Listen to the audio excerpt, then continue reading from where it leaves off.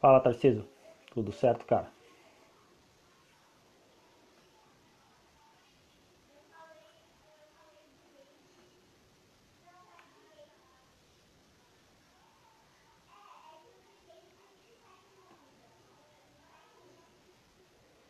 Grande, William.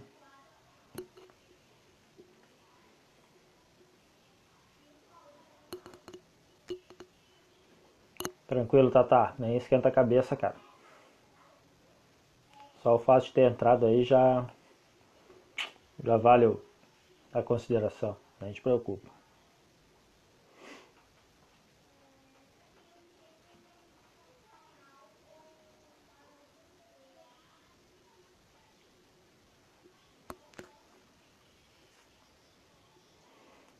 Boa noite aí, pessoal. Esperando só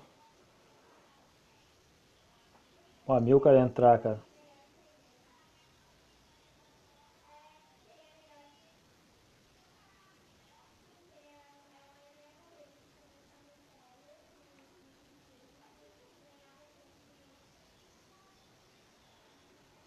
Oi, Dani.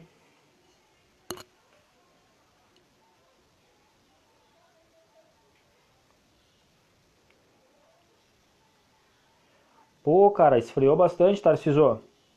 Caiu a temperatura de ontem pra hoje, cara. Bah, até tava ontem falando com a Dani. Ontem tava calor aqui, cara. Frio, esfriou, cara.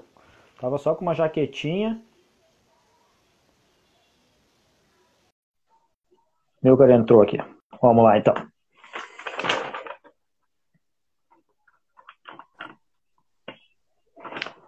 Fala, Milcar. Boa noite.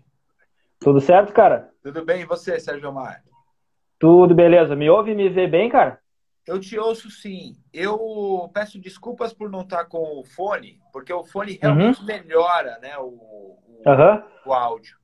Eu vou fazer o seguinte, eu não tinha colocado o fone porque eu saí de uma live agora. A live teve uma duração de 1h20 e descarregou a bateria, com certeza, né? Então eu estou carregando e estou carregando até agora. Então eu vou tirar e aí vamos ver se os nossos 50 minutos rola de fazer com o fone.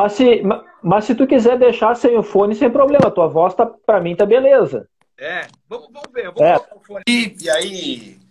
Porque realmente tá. rola uma Beleza. diferença, né? Ah, sim, melhorou bastante. Melhorou bastante. Pois é, aí, ó. Vamos nessa. Se pintar É, que uma vê. bateria tá fraca, aí eu coloco um bumbo, coloco uma caixa, aí a gente.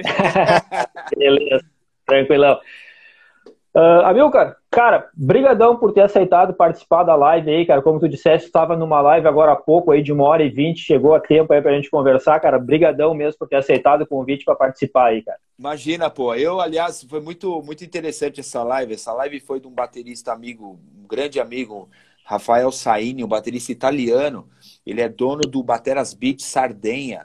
E convidou o Max Kolesny, do Crisium, e a live foi em inglês, o que para mim foi um primeiro passo muito interessante. A gente em turnê, a gente, né, assim, eu já fiz aula de inglês na escola, eu acho que é até interessante falar isso, porque como a gente tem muita banda, né, muitas bandas que cantam em inglês, tudo, às vezes rola um receio de falar inglês e tal. Sim, E sim. aí a gente, quando tá na estrada, a gente fala bastante, né? Se comunica com as bandas, claro, né?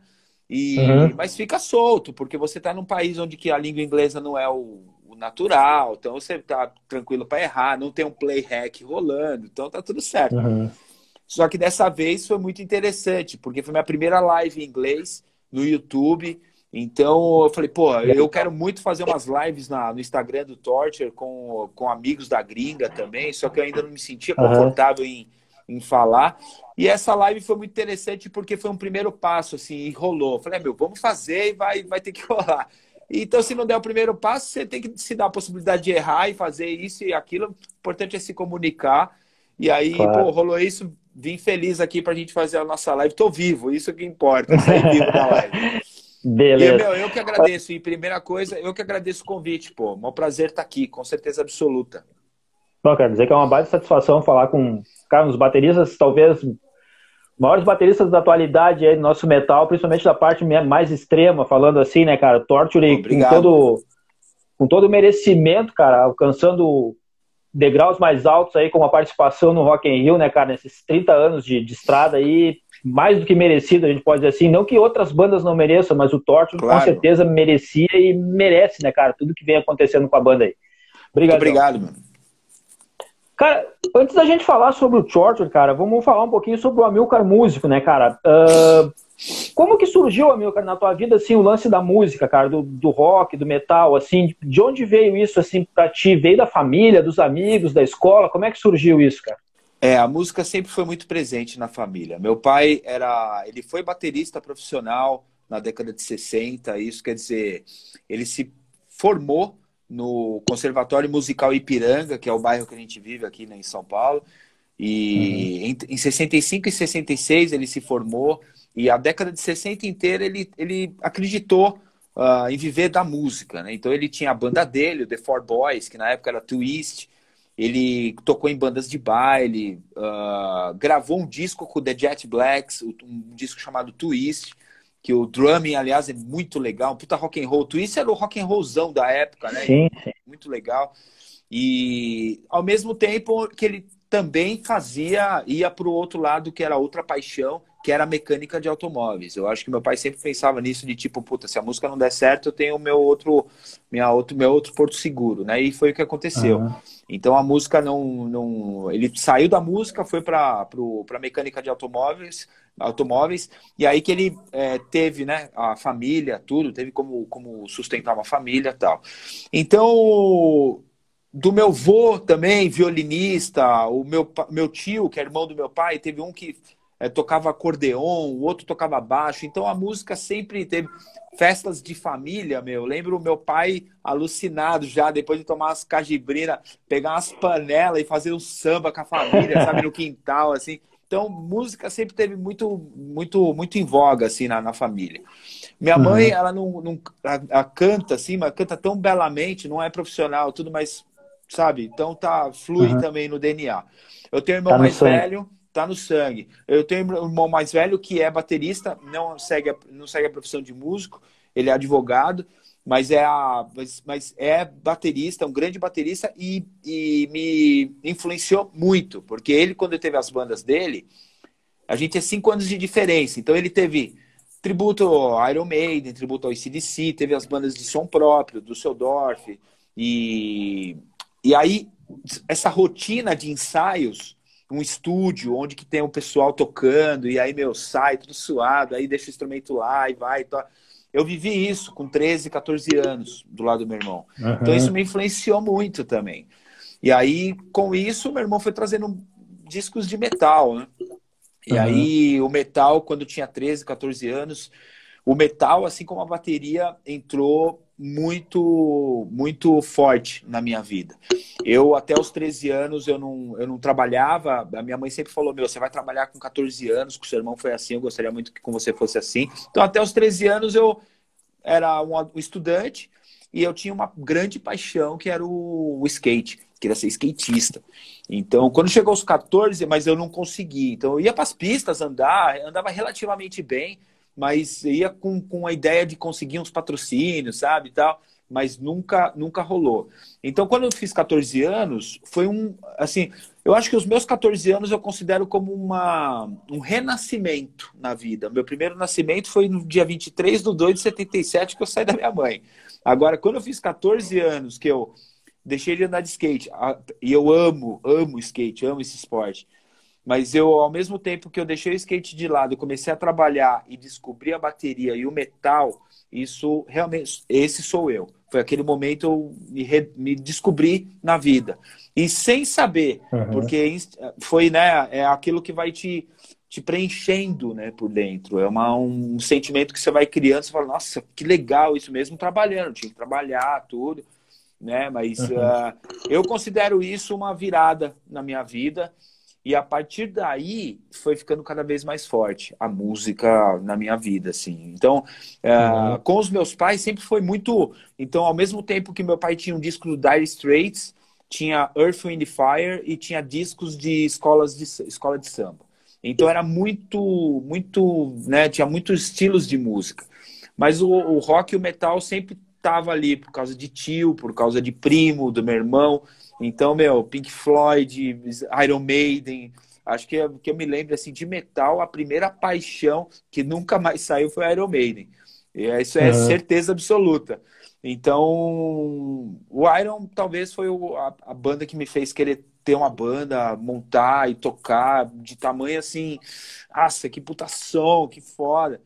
E aí, só que aí eu fui pro lado mais, só que eu não fiquei no heavy metal. Aí, justo nessa época, aí eu tô falando de 1991, outra parte da Avalanche, o Rock in Rio 2. Então, Uhum. puta merda, foi assim, aquele dia do Sepultura, Megadeth, Queensryche, Judas Priest, puta merda, cara. Então, pro moleque de 14, 15 anos que tá conhecendo mais, assim, e aí isso é uma grande peça do quebra-cabeça da minha vida musical, com certeza absoluta. Uhum. E ao mesmo tempo que, meu, Sepultura, né, no Arise, ganhando o mundo, então a gente como brasileiro vendo aquilo, e aí os caras, meu, são sinal verde pra vida, né, meu, e Ratos de Porão, e o Crisium vindo para São Paulo, e começando aquele avalanche, então foi tudo nossa, foi muita coisa acontecendo, assim. E ao mesmo tempo que eu comecei a tocar, e aí eu comecei a tocar no RTH, que era uma banda aqui de São Paulo, do meu irmão, aliás, e a gente transformou a banda num trash crossover, e a banda era de heavy metal. Eu e meus amigos estavam começando a tocar. Então, eu sempre indo para um lado mais agressivo do metal, assim. Aí conhecendo Uhum. Slayer e várias outras, né? Metallica, Megadeth, claro, Anthrax, mas... E aí, no começo da década de 90, junto a isso tudo, aquele up da cena death metal, né? Principalmente a cena death metal americana, que é a Da que eu Flórida ali, mais, né? nossa, que é a que eu mais sinto influência, né? Morbid Angel, Dayside, Death, Obituary, nossa, só coisa linda. E naquela época, Uhum. aí, lógico, né? Napalm Death, Carcass, os ingleses, né? Então, eu lembro muito do From Enslavement to Obliteration, do Napalm, o Harmony Corruption, e o Carcass, o Necroticism e depois o Heartwork. Então, claro que tinha o Rick of Putrefaction, que era mais grind e tudo. E junto a isso, meu, as bandas trash, que eu já falei, Slayer, Violence, Anthrax e tal. Então foi uma avalanche de coisas na vida. E o moleque aqui, né, querendo tocar. E aí, em 92, eu saio do RTH, porque eu sou convidado pelo Cristiano Fusco, guitarrista do Torture, para entrar no Torture, porque a banda começou em 89, mas até 91 não tinha gravado nada, só tinha tocado mais em São Paulo, tudo. Sim. E por ter tocado bastante, criou um nome. E a banda era legal, a banda era boa, mas não tinha gravado nada.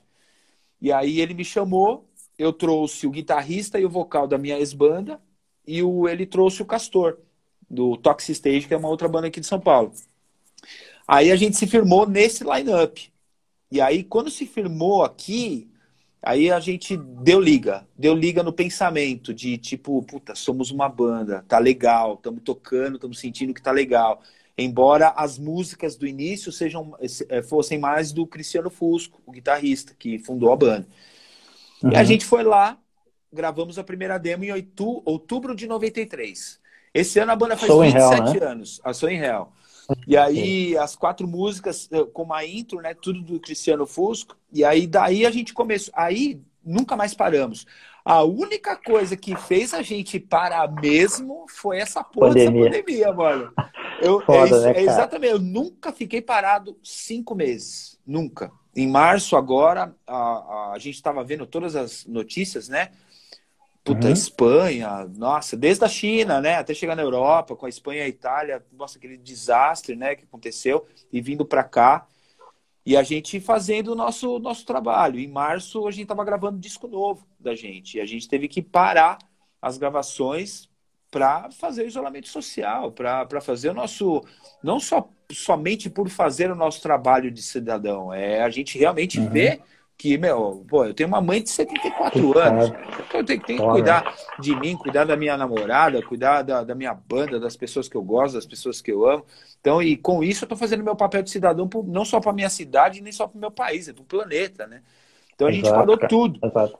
E aí, voltando lá, a partir de outubro de 93, que a gente gravou a Sonho Real, meu, a gente nunca mais parou. E aí a banda foi só, eu acho que pegou a gente realmente no coração. A gente foi movido ao coração, né? Movido ao Uhum. coração. Que nem que diria o Accept, Metal Heart. Metal Art. Né?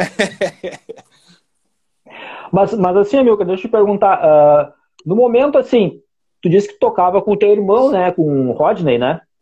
O Rodney é meu primo. Ai, teu Ele primo, é cara. meu primo baixista. Ele tocou Isso. numa banda chamada Cicatriz. Na época que meu irmão, que é o Fábio, tocava bateria no Düsseldorf.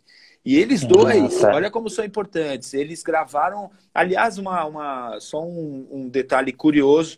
O Cláudio Vicentim, um dos donos da Road Crew, é amigo de bairro aqui da Zona Sul, tal, da onde meu primo mora, da Vila Vera, tal, e do meu irmão também.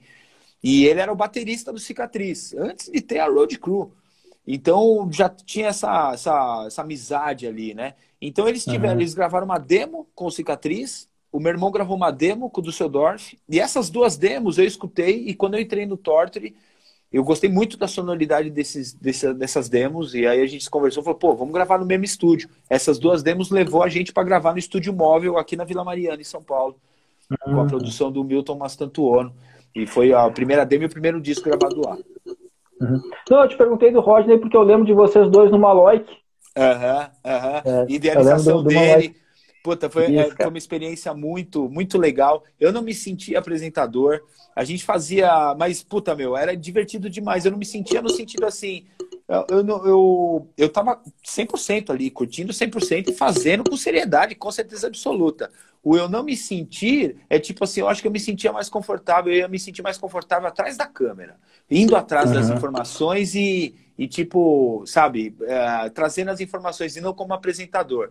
Mas ele queria, meu, fazer essa duplinha, porque a gente sentia essa necessidade, né, Sérgio? A gente, meu, puta, viveu, né, cara, pô, né, o Fúria Metal, com o Gastão ali, trazendo informações pra gente, trazendo. A gente tava comentando esses dias, meu, o Black Album fez 29 anos do lançamento. Aí fazendo uma live sobre o Black Album do Metallica e o Ale, que é o guitarrista do Damage Inc., uma banda de tributo ao Metallica aqui. Ele, Uhum. pô, eu lembro quando eu vi o lançamento do clipe na MTV, o lançamento do clipe da Enter Sandman. Então tinha toda uma expectativa, né, meu? Era tão legal isso, cara. Tipo, o meu Era, cara, clipe, ó, era. vai estrear e tal. E eu acho que o Brasil perdeu isso, não é não só pela tecnologia.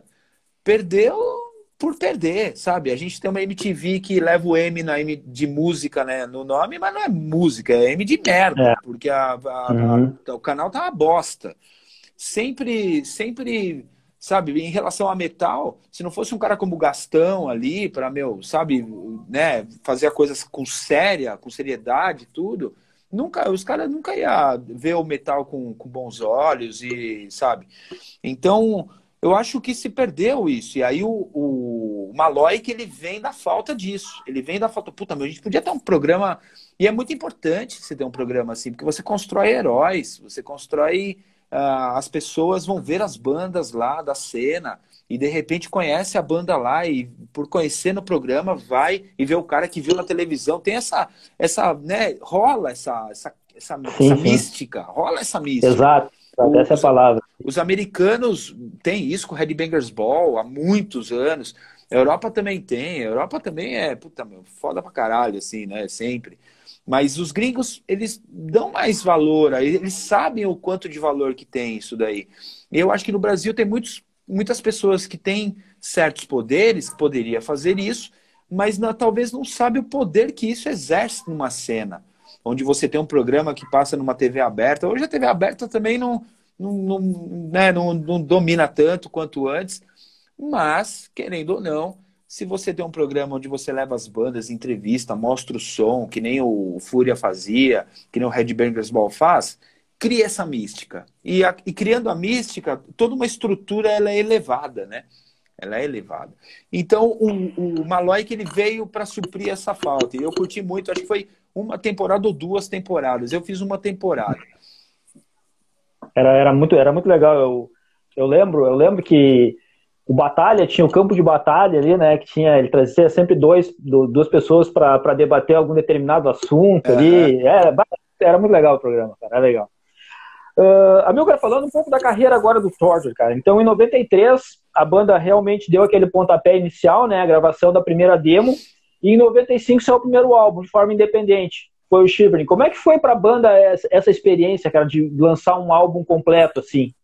Ó, só mandar um salve pros Headbangers de Itaí Paulista, que escreveram aí. E, pô, um grande abraço para todo mundo que tá assistindo a gente, né? Bacana demais.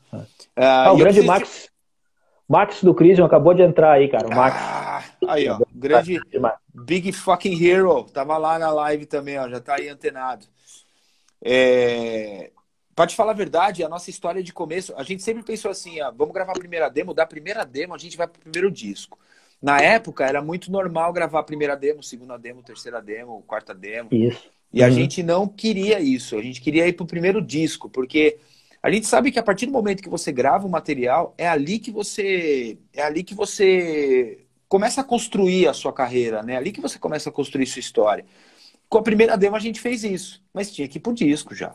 Então a gente pensou exatamente isso. Vamos pro primeiro disco, por mais difícil que seja. Não temos gravadora, cada um tem seu trampo, mas, meu, a gente tem que lançar de forma independente e vamos nessa. Só que o que aconteceu, que sirva aí para as pessoas que têm banda e que possa servir de inspiração, se a gente não tivesse, assim, se a nossa paixão pela nossa música em manter a nossa banda não fosse tão forte, a gente tinha acabado ali. E explico por quê. 95, o disco era para ter saído em 95, mas saiu em 98. A gente ficou 3 anos parado. A gente ficou 3 anos parado por acreditar. Primeiro teve um empresário italiano que falava que queria lançar e que blá, blá, blá, blá, blá, blá. Não lançou. Ficou 1 ano enrolando a gente. Quando a gente pegou a Master de novo, a gente foi fazer por nós mesmos, independente, mas precisava de uma empresa para chegar até a empresa que fabricava, tipo a Sonopress, essas empresas que fazem o CD. A gente não conseguia chegar direto. Tinha que ter uma empresa para isso. E a gente foi lá, pagou a empresa, para eles terceirizamos esse trabalho, né, que era precisava. E essa empresa quis roubar a gente, quis pegar o nosso dinheiro e fazer outra coisa e não quis fazer. Meu, todo esse imbróglio rolou 3 anos. E aí, até que 98, finalmente, a gente conseguiu lançar o disco. E aí a gente teve um grande presente. E a gente, mas manteve firme e forte, assim, sabe? E nesse tempo, mesmo sem sair o CD, ensaiando bastante e compondo música, que é o que a gente, ama fazer. Ensaiar, tocar, compor, para pensar num disco e lançar o disco. Então, enquanto o primeiro disco não tinha sido lançado, a gente estava fazendo a mesma coisa. Então, quando saiu em 98, a gente teve uma baita presente, que foi a Destroyer Records, uma nova gravadora que estava aparecendo aqui em São Paulo, e se interessou, que era uma loja de CD da Galeria do Rock, se interessou em pegar uns amigos nossos, era um amigo do Castor, para falar real. Então eles pegaram os CDs da gente, do Shivering, do Independente, deixa aí para vender, deixa aí. E o disco começou a vender. E eles ficaram tão, assim, surpresos de ver, uma banda, né, praticamente começando e tá, vendendo CD pra caramba, legal. Se interessaram em relançar o Shivering. E aí que começa a nossa história com a Destroyer Records, que eles relançaram o Shivering e aí a gente gravou o segundo e o terceiro disco por eles também. Porque como saiu depois, só foi sair em 98, né? Logo em 99 a banda já veio com o Asylum, né? Já veio com o próximo álbum praticamente pronto. Exatamente, isso mesmo. É isso aí. E aí a gente escolheu, assim, tipo... não, é isso aí. Não, pode falar, cara. Pode falar. Não, é exatamente isso. A gente ficou tanto tempo com o disco sem lançar que a gente foi compondo. Quando foi ver, tinha 15 músicas. E aí, vamos deixar essas 7 aqui pro Shivering e aí vamos levar essas daqui. E pro Asylum of Shadows foi legal porque a gente tem... Eu considero que o Asylum of Shadows é um disco que a gente começa a construir realmente a nossa cara. Com eu e o Castor ali mais a fundo nas composições, criando junto com o Cristiano, porque a demo e o primeiro disco tem ideias nossas também. Mas ainda é tipo 70% do Cristiano e 30% das nossas ideias, principalmente minha e do Castor.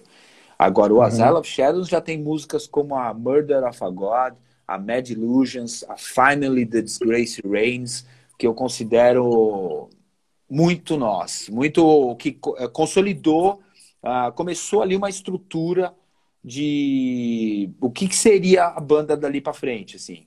É um disco muito importante pra gente. Mas eu acho assim, claro que, obviamente, dentro da banda, como tu mesmo falasse, como tu e o Castor acabaram meio que assumindo o lance das composições, né? Sabe identificar melhor. Mas eu acho que aquele álbum que passou a definir realmente o que era o som do Torture foi o Unholy Spell, que veio logo depois, né? Que é um álbum já praticamente, não sei se mais maduro, mas tem mais aquela cara e aquele som próprio do Torture como deveria ser. Legal, legal. Legal essa percepção sua. E não é que eu e o Castor tomamos conta das composições. A gente fez muito, a gente chegou, tipo, meu, sabe, naquele momento do Asylum, principalmente pro Unholy, com certeza eu e o Castor tava muito já junto, né, com o Cristiano, e o Cristiano também, juntão com a gente, assim.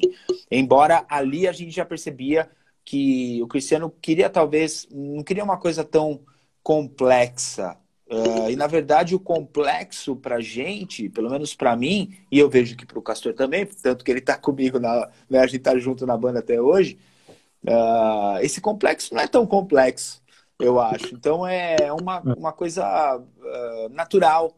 Então que a gente, né, a gente tem influência de progressivo, sabe? Então, influência de progressivo. Se você perceber na demo, no Shivering, e até no Asylum of Shadows ainda tem uns dunzão, que isso daí era muito que o Cristiano trazia, de influência de tipo os Doom do Merciful Fate, até de Candlemas, né? Não é nem tanto assim, tudo vem do Sabá, claro, ponto, né? Mas mais dessas bandas que realmente ele gostava e fazia questão de trazer na própria composição. Mas naturalmente isso foi saindo. No Unholy Spell já não tem mais esses dunzão, arrastadão, já não tem mais. Então, naturalmente, foi mostrando que o Cristiano queria fazer uma coisa mais simples, né? Não tão, que nem eu disse, complexo, mas pra gente não é complexo. Pra gente é o que a música tá pedindo e foi se transformando nisso. Aí, nesse período, logo após o Unholy, o Cristiano saiu da banda, né? E veio o Maurício, ex-Crisium, né? E, cara, e aí vocês lançaram o Pandemonium, que talvez tenha sido aquele álbum que fez o Torture expandir os horizontes, né, cara? Por exemplo, assim, enquanto o Unholy Spell meio que definiu a sonoridade do Torture, o Pandemonium meio que mostrou a banda, digamos, sei lá, não só pro Brasil, mas pro mundo, digamos assim. Foi um álbum talvez mais bem produzido até o momento, talvez até mais bem divulgado, até pelo Torture já ter um certo nome quando foi lançado esse álbum, né, cara? E da repercussão toda que ele teve, que depois veio a gerar o CD-DVD ao vivo, que foi o Death Causing Torture Alive, né, cara? Então eu queria que tu comentasse um pouquinho desse período aí, do Pandemonium até a gravação do CD-DVD. O Pandemonium, ele realmente ele é um disco quente pra gente, sabe? É a cor do disco mesmo, tinha que ser vermelho, assim. Porque pegou a banda o Cristiano saiu em 2000, antes da gente começar a fazer as turnês que a gente gostaria realmente, que eram as turnês de morar na estrada, né? Em 2000 a gente teve a nossa primeira turnê na Alemanha, eram 7 shows, acabou sendo 6 shows numa troca com uma banda de Stuttgart chamada Green. E aí, em 2001, a gente trouxe eles para o Brasil, eles ficaram aqui com a gente, fizemos 5 shows na capital e no interior. E em 2002, a gente lançou, final de 2001, a gente lançou o Unholy Spell. Não tinha conseguido nenhuma gravadora para lançar o disco fora do Brasil. Queria fazer as turnês fora do Brasil, claro, mas sem gravadora fica muito difícil. Época da internet ainda também, né? Né, começando a pegar. E a gente, quer saber? Vamos trabalhar o nosso país, cara. Vamos fazer aqui, ó. E é o que é na nossa realidade, sabe? E a gente começou a fazer as turnês brasileiras, que aliás o Edu Lani, Nervocaus, um grande guerreiro da nossa cena, um cara que fez muito e ainda faz muito pela nossa cena. Ele que marcou essa nossa primeira... não só ele que marcou, mas a gente fez com o Nervocaus, aliás, em 2002. O Cristiano saiu antes da tour. A gente fez o Musicaus do Gastão, do Clemente, e aí ele saiu, e aí entrou o Maurício. O primeiro show do Maurício foi em Feira de Santana, na Bahia, no primeiro show da turnê. Então a gente, começou a ser banda de estrada mesmo, assim. E aí, e compondo o Pandemônio, no meio disso tudo. Então, em 2003, a gente entra em estúdio para gravar. E eu acho que o Pandemônio um reflexo disso, dessa energia da gente, cada vez mais firme. O Maurício entrando e dando um up, na minha visão, assim, em relação às guitarras. E, e a gravação, com certeza absoluta, a gravação mais moderna até então. Do Torture, Uhum. com certeza absoluta. O bumbum trigado, eu nunca tinha usado trigger, tudo mais clean mesmo, assim, né, tudo clean, dando para escutar. Não que os outros discos não estavam, com certeza estavam, mas um clean de uma forma agressiva. Então, realmente foi para esse lado. E, pô, o Pandemônio eu sempre vou lembrar com muito carinho. Eu sempre vou lembrar com muito carinho do seguinte, que ganhou o melhor disco de heavy metal segundo os leitores da Road Crew, com Uhum. discos com Crisium, Sepultura, Angra. Então isso, meu, pra mim foi assim, sabe, caralho, a gente foi até matéria de capa da Road Crew na época. E não é uma coisa que eu geralmente falo, porque não é uma coisa que eu, assim, eu sempre... é uma consequência do trabalho, não é o que eu espero Sim. que aconteça. Mas aconteceu, e isso me deixa muito, extremamente feliz, porque a gente tá no meio ali de bandas, nossa senhora, né, meu, de bandas muito fodásticas ali. E eu me senti muito feliz de estar ali naquele meio, e que demonstra, é um presente pela nossa, né, pela nossa devoção, pela nossa paixão, nossa música. E aí veio também outro presente, que foi a Mutilation Records, na pessoa do Tulula, Sérgio Tulula, lançou o Pandemônio e ele ia trazer o Disaster da Alemanha para São Paulo, para fazer um show na Let's Play. E ele ia gravar um DVD e um CD ao vivo. E ele vendo todo o barulho em relação ao Pandemônio e tudo, ele falou, meu, vamos fazer junto com o Disaster? Eu gravo um DVD e um CD ao vivo de vocês. A gente nem tinha ideia de gravar um CD e um DVD ao vivo. Ele que veio com a proposta. A gente falou, pô, um olhou pra cara do outro e falou, pá, por que não, né, meu? Lógico, vamos gravar, então vamos nessa, né? E aí rolou aquele show da Let's Play, cara, e a gente ficou muito feliz, porque, pô, me sinto muito feliz de ter feito uma gravação na Let's Play, que é uma casa, puta, emblematiquíssima de São Paulo, né? Uma pena que fechou. E assim como, sabe, fechou pra nada. Os caras, porque tá lá crescendo o mato dentro da Let's Play, ao invés de deixar, sabe, fazendo a coisa Uhum. acontecer, mas enfim. Eu me sinto muito feliz por ter feito algo dentro de uma casa tão emblemática como uma casa tão emblemática quanto a Let's Play. Tocamos com o Disaster, que foi um puta show, foi uma noite, pô, foi uma noite demais, assim, tava lotado. E aí a gente todo ano fazendo a turnê brasileira, né? Então, desde o Unholy Spell, aí turnê do Pandemônio, turnê do Death Chaos Torture Alive, segunda parte da turnê do Death Chaos and Torture Alive, e assim foi, até o EP Chaos Corporation, até chegar ao Hellbound. Eu tenho uma curiosidade, cara, sobre o DVD no show, na realidade, né? Porque um amigo meu, cara, ele trabalhou de road pra ti nesse show, que é o Márcio. Ô, Márcio Bestial. Márcio da. Isso, eu lembro dele, que ele tem no. É, um amigo meu, o Márcio. Isso, Ah, exatamente. Eu lembro que grande eu tava Márcio. assistindo o DVD e eu olhei assim, pô, eu conheço aquele cara ali, não. Eu olhei para o Márcio, cara. Eu perguntei pra ele, disse, não, era eu mesmo. Não, Márcio, gente boa. queridaço. Eu tenho o maior carinho pelo Márcio aí, meu. A gente já foi na loja dele, tudo. E ele sempre, quando vinha para São Paulo, a gente, meu, se trombava na galeria, tudo. Puta, um grande cara. É verdade. Em 2006, cara, teve a primeira. Não sei se foi a primeira turnê, eu tenho anotado aqui, eu anotei alguns tópicos, mas teve uma turnê na Alemanha e na Áustria e teve o lançamento do EP, do Chaos Corporation, né? Esse Aham, é período isso aí aí. antecedeu a participação no Metal Battle no Wacken, que vocês foram os representantes brasileiros, né, cara? Sim. Conta um pouquinho pra gente desse período também aí, antes do Hellbound, a gente entrar no período do Hellbound. Né? Tudo teve um porquê de um lançamento de um EP antes do Hellbound, porque a gente estava no Death Chaos, já tinha as músicas do Hellbound, então a gente entrou em estúdio para gravar o Hellbound e a gente tinha, na turnê de 2005 ou 2006, essa turnê Alemanha e Áustria, só foi esses dois países mesmo. A gente foi, e aí a gente conheceu, tinha uma amiga nossa que morava na Alemanha, era casada com um alemão, e aí ela foi num show nosso, na Alemanha. E aí o alemão, headbangerzaço, mora em Aschaffenburg, sul da Alemanha, puta, adorou a banda e falou, meu, puta, eu queria trabalhar com vocês, meu. Eu queria, né, tipo, fazer um trabalho de manager, assim, representar vocês na Europa e tal. Ele nunca tinha feito esse trabalho e a gente falou, caramba, meu, mas ia ser muito legal, né? Mesmo, pô, ele pode crescer nesse meio de manager, né, e tal. E a gente aceitou fazer esse deal com ele. Ele se tornou nosso manager, o Hansi Heider. E aí ele era esposo, marido da nossa amiga, que morava lá com ele na Alemanha. E aí só um fato curioso nessa turnê da Áustria, a gente, pô, foi fazendo, né? Foi construindo os fãs da banda lá, né? E teve um cara que se tornou tão fã da banda que no começo da turnê ele viu a gente, aí ele falou, meu, eu quero. Ele e a namorada, que depois se tornou a esposa, eles falaram, meu, pô, a gente vai casar em tal dia, num castelo, na Áustria, numa cidade da Áustria que eu não lembro o nome.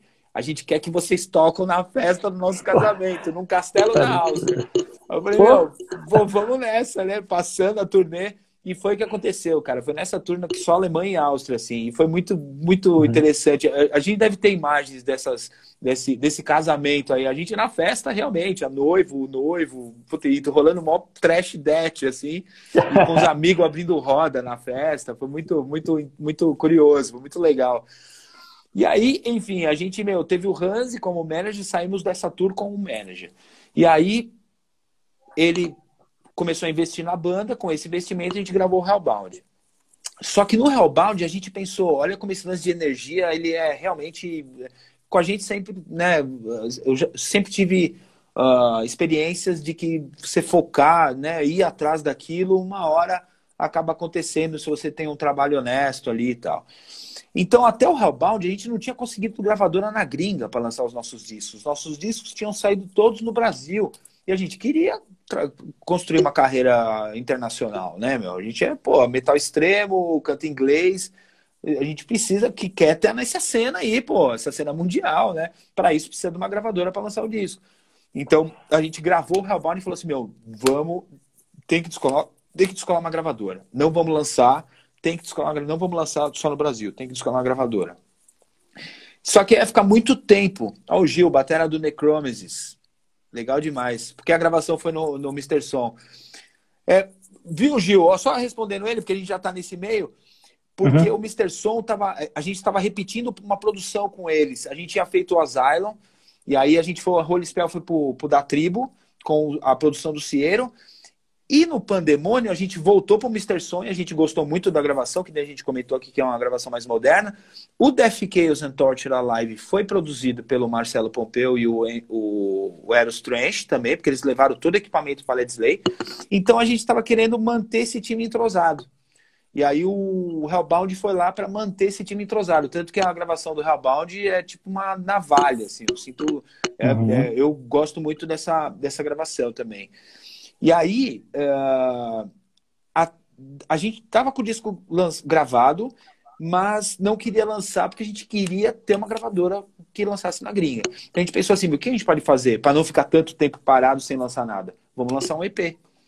Qual a música de trabalho? Chaos Corporation. Tudo numa votação ali, vendo e tal, Chaos Corporation. Então vamos colocar Chaos Corporation, mais uma do disco, que é a The Beast Within, e mais músicas da demo, para você ter assim, 2 músicas inéditas, mais 2 músicas da demo, e aí, pô, vamos lançar e trabalhar esse EP. Tanto que a gente fez turnê brasileira, fez turnê europeia, tudo com EP. E aí, pô, a estratégia deu certo, porque por ter lançado o EP, a gente não lançou um disco, e não tinha gravadora ainda. E isso foi uma das coisas que nos permitiu participar do Metal Battle. A banda não podia ter gravadora, ter contrato com gravadora gringa. E a gente tinha lançado o EP, tava trabalhando, a banda na estrada, sem parar. E aí, beleza, não tem nada a perder, vamos nesse Metal Battle. Aí tocamos aqui em São Paulo, e aí rolou, né, meu, deles escolherem a gente. E eu vejo como escolher a banda no melhor momento, né? Não é que um é melhor que o outro, tal, porque, meu, tinha Corsos, tinha, várias bandas foda. Então, acho que talvez no melhor momento ali, pegou o Torture no melhor momento. Ficamos muito felizes. E aí, vamos nós para a Alemanha, em 2007, para fazer o Metal Battle lá. E aí chega lá, acontece a mesma coisa. Meu. A gente, no maior com o coração no bico da baqueta, no meu caso, né? Os caras com o coração no bico da palheta, o Castor no bico dos dedos. E a gente, né, meu, tocando, nossa, no Wacken, o Planeta Metal, né, meu? Tá num lugar, assim, num festival foda, com pessoas fodas, com pessoas de banda, de gravadora, de revista. Você tá no mundo, você tá no seu mundo. De repente você tá no seu mundo. Você fala, caralho, mano. E a gente fez, saindo do Brasil, a gente, só pra você ver como a gente não contava que ia ganhar, obviamente, porque senão rola uma arrogância, né? Você achar, ah, não, vamos ganhar. Vamos... Você acreditar é uma coisa, mas se vai rolar é outra, né? Então, a gente, sem saber se rolaria, a gente levou daqui uns CDs, uns DVD com biografia, foto, tudo gravado no CD, assim, em arquivos. E a gente lá no backstage do Wacken, meu, puta, distribuindo, assim, com o Hansi, né, como nosso manager, distribuindo. E aí, pô, rolou, meu, rolou dos caras escolherem a gente. A gente tem essas imagens aí de quando a gente ganha, a gente vai disponibilizar alguma hora no YouTube da banda, que é muito legal quando os caras falam, ó, o ganhador, eles vão falando, ó, o quarto lugar, o terceiro lugar, o segundo lugar. Aí quando a gente não falou nosso nome ainda, meu, a gente ficou assim, os caras do Claustrofobia tava lá também, puta, o pessoal da Road Crew, né, porque a Road Crew levava um avião inteiro pra lá, né, era muito legal. E aí quando falou, ó, o pessoal que ganhou vai ter que voltar pra casa de avião. Quem que vocês acham que é? A gente, meu, puta. Aí quando falou Torture Squad, puta, foi uma alegria de todo mundo, assim, todo mundo. Porra. A gente se sentiu representando o nosso país mesmo, sabe? Muito louco. Tipo um atleta na Olimpíada que ganha uma parada e pega a bandeira. E... Ah, massa, né, cara? Foi muito foda. legal. E em 2008, então, sai o Hellbound, né, cara? Mas nesse interim, o Maurício deixa a banda e entra o Augusto, né, cara? E só que, concomitantemente a isso, rolou a maior turnê do Torture, que foi por 20 países na Europa, né, cara? Então, esse período um pouco conturbado também foi um período de muito trabalho, né, cara? Porque foi uma turnê extensa, foram 70 shows em 20 países da Europa, é isso pau mesmo. e pau. Como é que foi esse período aí, cara? Em meio a essa turbulência, correria, mas trabalho em cima de trabalho. Eu acho que eu acho que uma coisa legal de se falar é sempre quando alguém, com a gente sempre aconteceu isso, sempre quando alguém sai da banda, a máquina não pode parar. A máquina não pode parar. Então, eu sempre tive isso muito bem, muito bem pensado em mim, isso, sabe? Que não é nem por pensar, é um instinto. É um instinto. É um instinto de ninguém vai me parar. Então, se o cara saiu da banda, opa, tá faltando uma peça aqui. Então, vamos completar essa peça aqui para a coisa andar, porque eu não vou ficar parado. É minha vida. Então, assim, é assim que é. Então, por isso que eu entendo, olha que situação, hein? Metallica morre o Cliff Burton no meio da turnê. Sabe? Os caras, meu, não tiveram nem tempo de ter um luto em relação ao amigo, porque a banda tá tão, sabe? Eles mesmos dizem isso. Então acontece muito isso. A banda tá numa engrenagem que, meu, sabe? Isso no caso de morte, né? Então, no nosso caso que saiu uma pessoa, puta, meu, já... E é muito louco, porque a pessoa começa meio que dar uma... Você começa a perceber, assim, na energia mesmo, que a pessoa vai... Que muitas vezes tem pessoas que transparece muito isso. Na energia mesmo, assim. Você fala, meu, deixa eu já pensar em alguma coisa aqui. É muito louco isso. E aí, sem tempo, assim, o Maurício saiu, entrou o Lopes. E aí, se não me engano, ele fez ele que fez a turnê do Hellbound, com certeza, foi isso mesmo, tanto que a foto dele que tá não foi ele que gravou o Hellbound, mas é a foto dele que tá no encarte, porque a gente queria divulgar o novo line-up, tá escrito lá que foi o Maurício que fez, com certeza absoluta, o Maurício gravou e tal, mas a foto do line-up no encarte do Hellbound é com o Lopes, e a gente já queria mostrar a nova cara, né, com o novo guitarrista.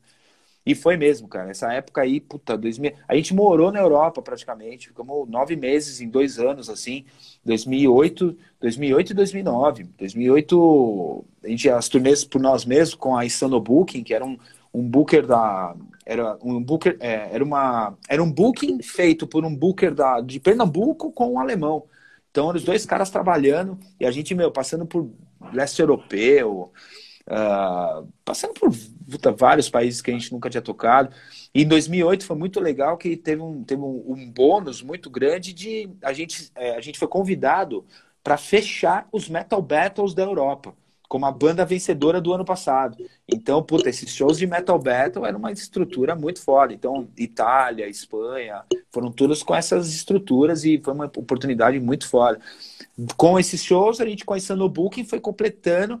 E a gente, fez grandes amizades, principalmente na Polônia, que a gente tem até hoje, o Lucas, que tem uma empresa de transporte que aluga backline para bandas em turnê, tudo. A gente tem traz essa amizade até hoje. Assim como com o Rob da banda Ingrowing, que é também do leste europeu, uma grande amizade, ele é um grande booker lá também. E em 2008 foi essa turnê, somando com 2009, soma esses 9 meses que eu te falei. E em 2009 culmina com a maior turnê, a turnê mais especial que a gente já fez, que é com Exodus, Overkill e Gamma Bomb. Então ali, ali o filho chora, a mãe não vê. Ali foi muito especial, extremamente especial. É onde eu quero que o Torture sempre esteja. É por isso que a chama não apaga, porque eu sei qual que é a qualidade da banda e eu sei que a gente é nesse circuito que a gente tem que estar. E eu sei o quanto é difícil você não ter uma gravadora para te deixar lá. E eu sei, eu fico muito feliz de ver bandas brasileiras com esse suporte, sabe? O Crisium mesmo, meu, com a Century Media durante anos, sabe? Então, sempre ali, sabe? A ponto de você depois, você mesmo fazer a sua turnê, porque você já tem a sua legião de fãs. Então, é isso que a gente quer construir, isso que a gente conseguiu construir de 2005 a 2011. De 2005 a 2011, a gente só não foi para a Europa em 2010, devido a um não bom trabalho, não da banda, mas enfim, de quem cuidava da banda, né? Gravadora, manager e tal. E aí, mas nesse tempo a gente construiu algo lá. Então eu não queria perder isso. Mas a Wacken Records também já estava começando a dar sinais de que não ia continuar como gravadora, como não continuou. E a gente ficou órfão de gravadora. E eles lançaram o Equilibrium, que é de 2010, mas lançaram e a gente não foi fazer uma turnê em 2010, o que é inexplicável. Por isso que eu falei, né, que não foi culpa da banda, porque a banda sempre estava querendo trabalhar. Mas em 2011 a gente foi fazer a turnê pela Insano Booking também. E aí, daí pra frente, aí rolou mais mudanças na banda, né? Pois é, isso que eu ia te falar, cara. Talvez tenha sido aquela mudança mais, digamos assim, sentida, porque conheci a banda porque o Vitor era meio que a voz da banda, era o frontman, né, cara? Era o cara que mostrava o Vitor, o cara já lembrava direto do Torture, assim. E sai o Vitor, só que antes do Vitor, né, saiu o Augusto e entrou o André no lugar do Augusto. E logo na sequência, a saída do Vitor, o André assumiu o vocal e a banda virou um trio, né, cara? Baixo, guitarra, bateria, e vocês lançam o Esquadrão de Tortura, que, na minha opinião, cara, é um álbum que eu gosto bastante, mas é um álbum que foge um pouco daquela característica do Torture. Eu acho ele muito mais próximo do thrash do que um álbum mais thrash death, que é a sonoridade mais característica do Torture, né, cara? Queria que comentasse um pouquinho sobre esse período aí também, meio conturbado, assim, mas que ao mesmo tempo lançou um disco que, na minha opinião, é um dos meus preferidos, eu posso te garantir assim, do Torture, cara. Legal demais, cara. Eu fico muito feliz de ouvir isso. E você não é o único que me fala isso do Esquadrão de Tortura. E eu fico muito feliz porque é uma época muito importante pra gente. É uma época que a gente tinha que mostrar que a banda tava ali firme e forte. Que o vocal sempre é emblemático, né? Que nem você disse, puta, é a cara da banda. A gente construiu uma cara com ele. E aí eu entendo muito, por exemplo, Sepultura. Eu entendo quando tem uma mudança na banda, onde quem fica na banda, se sente, sabe, rejeitado, cara. Quem fica na banda é tipo um foda-se pra você, sabe? Aí você fala, Então vamos ver, então. Esse é o sentimento. Então, quando o Vitor saiu, a ideia não era colocar um vocal no mesmo estilo, não. Então aí que veio a ideia de... O André já cantava na banda dele, era uma voz mais até heavy melódico, a voz dele, na verdade. Foi com a gente que ele foi tentando fazer um drive para chegar numa voz mais trash. O Castor sempre fez backing, mas começou a fazer mais participação de voz também. E eu sou muito também, muito feliz, que nem eu disse, com o Esquadrão de Tortura. Gosto muito desse disco. Eu entendo que você está falando do lance mais trash, porque a voz remete a uma coisa mais trash. Então pode ter até o blast beat, que a voz rasgada vai trazer pro thrash metal, né? Pô, passamos essa época também, meu, fazendo uma... do Esquadrão, a gente fez uma turnê muito especial na Europa também, que foi a turnê de 20 Years Torturing People, que é turnê de 20 anos, e foi a nossa primeira turnê num tour bus na Europa. Isso foi muito, muito, muito gratificante, muito especial. E foi com o Artillery, uma banda também que a gente sempre, sempre, meu, sabe, amou, né? O By Inheritance, a Terror Squad, discos assim. Então, de repente, a gente tá na turnê com eles, foi muito, muito legal, com o Gamma Bomb, Artillery, Gamma Bomb, e... Pô, tem uma banda da Noruega, uns meninos, gente finíssima, thrash metal também. Eu vou lembrar o nome. Mas aí teve essa turnê, arranjamos um outro manager, que era o Tommy, que ficou só nessa época também. E a gente depois... enfim, às vezes as pessoas vêm, a gente acha que vai ser eterno, mas não é. Ele trabalha para ser, mas não é. E aí viemos para São Paulo, gravamos o Esquadrão de Tortura no Brandon, do Norcal Studios, e gravamos lá, a gente tava procurando... A gente já tinha gravado o Equilíbrio com ele, que era um puto estúdio aqui em Pinheiros, e ele hoje levou para os Estados Unidos, ele é americano, casado com uma brasileira, tá com os 2 filhinhos dele, tá nos Estados Unidos, reabriu o estúdio lá, mas nessa época ele estava aqui em Pinheiros, aí a gente manteve com ele, porque ele chegou pra gente, ele falou assim, meu, eu quero gravar esse disco para vocês. Ele sentindo a importância, sabe? Eu quero gravar esse disco para vocês. Então a gente entrou em estúdio, uma puta vibe. Gosto muito dessa gravação também, muito, muito. Eu acho muito poderosa a gravação, a bateria pesadíssima, guitarra também. Gosto muito do André como guitarrista, um dos grandes guitarristas com quem eu já toquei, sensibilidade de melodia e tal. E aí a gente gravou o Coup d'Etat Live, que é o DVD ao vivo, que a gente foi uns loucos, que a gente falou, vamos gravar um DVD, um CD ao vivo, vamos colocar 18 músicas. A gente fez uma turnê nesse mês, a gente fez uma turnê sul-americana também, e passamos por 4 países sul-americanos, e puta, dando destaque para um show em Lima, no Peru, que meu, tava lotado, e tocou no mesmo lugar, por isso que é foda. Não é não de gravadora que vai fazer você desacreditar na sua música, sabe? A gente toca no mesmo lugar das bandas gringas, bandas de Century Media, Nuclear Blast e tal, toca no mesmo lugar, para o mesmo público, o mesmo valor de ingresso, e você é tratado da mesma forma, porque meu, a gente é gringo para eles, então eles gostam da gente, independente de gravadora, independente de qualquer coisa. É o som, a música. Então você fala, meu, sabe, não vou me enganar, né, mano? O coração já fez eu me escravizar já, então, meu, a vida é essa, né? E aí a gente teve a ideia do Coup d'Etat Live no meio da turnê sul-americana, aliás, e aí gravamos em dezembro aqui em São Paulo, com o Alquimênia, os Irmãos de Caruaru, grande banda, e o Sangrena, também grande banda do Alan Marques, aqui do Bateras Beat Vila Mariana, banda extrema. E foi demais, eu me senti tão abraçado pelos fãs da banda, cara. Foi uma puta noite, nossa, lotaram o Blackmore, aí o Wagner Meirinho, da Loud Factory também, que a gente tava começando uma história com ele, e que se estendeu por Return of Evil e por Far Beyond Existence, né? Então, o Coup d'Etat Live fechou esse ciclo de trio. E aí eu percebi, a gente percebeu que, meu, puta, legal, mas teria que voltar com uma voz mais tradicional pra banda. Não uma cópia do Vitor, mas sim, eu acho que... E uma banda que deu realmente esse start, pelo menos pra mim, assim, foi ver o Accept ao vivo. O Accept ao vivo tinha o Udo, que era um vocal emblematiquíssimo do heavy metal, só que colocou um outro cara que agora é tão foda quanto, lançando discos fodas. Ninguém, meu, sabe, maior respeito pelo Udo sempre, mas ninguém sente falta, porque o outro cara chegou com o mesmo estilo, mas impondo o estilo dele e fazendo discos maravilhosos. Eu falei, meu, é isso. É isso. E aí veio o conhecimento da Mayara, né?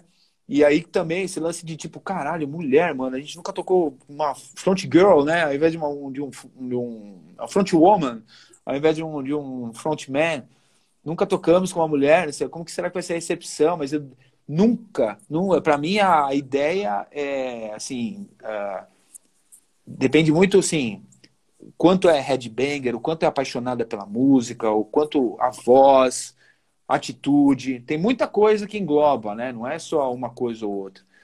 E aí a gente foi para esse caminho aí. E aí o André saiu, entrou o René, veio a Mayara, e a gente tava na turnê do Coup d'Etat Live ainda, mas aí naturalmente a gente viu que, pô, não dava para continuar um set list do Coup d'Etat Live com o novo line-up, que é o que tá até hoje, né? Mayara e René.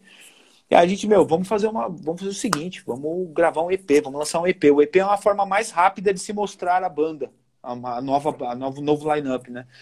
E foi o que aconteceu. Aí compomos a Return of Evil, a Swallow Your Reality e colocamos uma regravação do primeiro disco, a Dreadful Lies, e o René trouxe a Iron Squad, que é uma música muito diferente e que ele tinha um esboço dessa música, ele trouxe, e eu, o Castor, junto com ele, trabalhamos ela. Tem até um clipe no nosso canal lá do YouTube, bem diferente, que toca violão como se fosse uma cítara, um lance de mantra, é uma música instrumental. E gravamos o videoclipe da Return of Evil para mostrar a cara do novo line-up. Foi essa a história. Amilcar, cara, é uma pena, mas nosso tempo tá acabando aqui. Eu devo ter 2 minutos, cara. E eu não quero de jeito nenhum perder essa live, porque tá muito foda. Então, você tem mais perguntas até o final até hoje, até o Fabiano? Porque senão eu volto e a gente fica mais um pouco.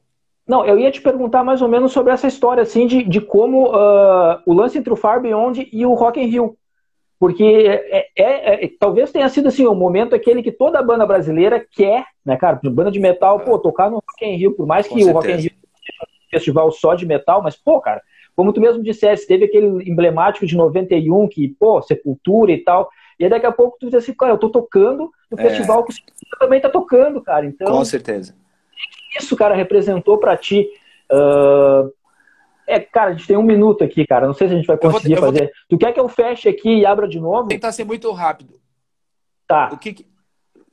O que representou que é um presente para minha devoção ao que meu coração fala para mim a minha vida inteira. Segue o que você acredita e esse é um presente, tal. Sabe? Eu tenho, claro, foi um convite do Andreas, junto com Claustrofobia, tal, com o Chuck do Testament. Depois, se quiser, a gente fala mais sobre isso. Mas eu considero como um presente dos deuses do rock por toda a devoção à banda por todos esses tempos e realmente foi ultra especial. Assim como agora tem uma coletânea da banda, então, nunca imaginei que teria uma coletânea com o Doutrinador. Então, é isso, muito feliz por tudo. Tamo aí. Indo pro 9º disco da carreira. Assim, a gente já tá no aguardo. Cara, vou te agradecer. Eu vou encerrar, cara, e mais pra frente a gente faz uma outra. De repente, quando sair o novo álbum, a gente complementa a história e já fala do novo álbum, tá, cara? Perfeito. Foi um prazer ter feito a entrevista, viu, Foi um prazer, cara. Prazer. Cara, eu que agradeço de coração mesmo, cara. Prazer falar contigo aí, trocar essa ideia, falar sobre essa carreira do Coroada, né, com o Rock in Rio e que venham mais anos de tortura pela frente aí. Que venha mais. Muito obrigado mesmo, meu cara. Valeu, obrigado, cara. Abração pra você e pra todos. Valeu, cara. Grande abraço.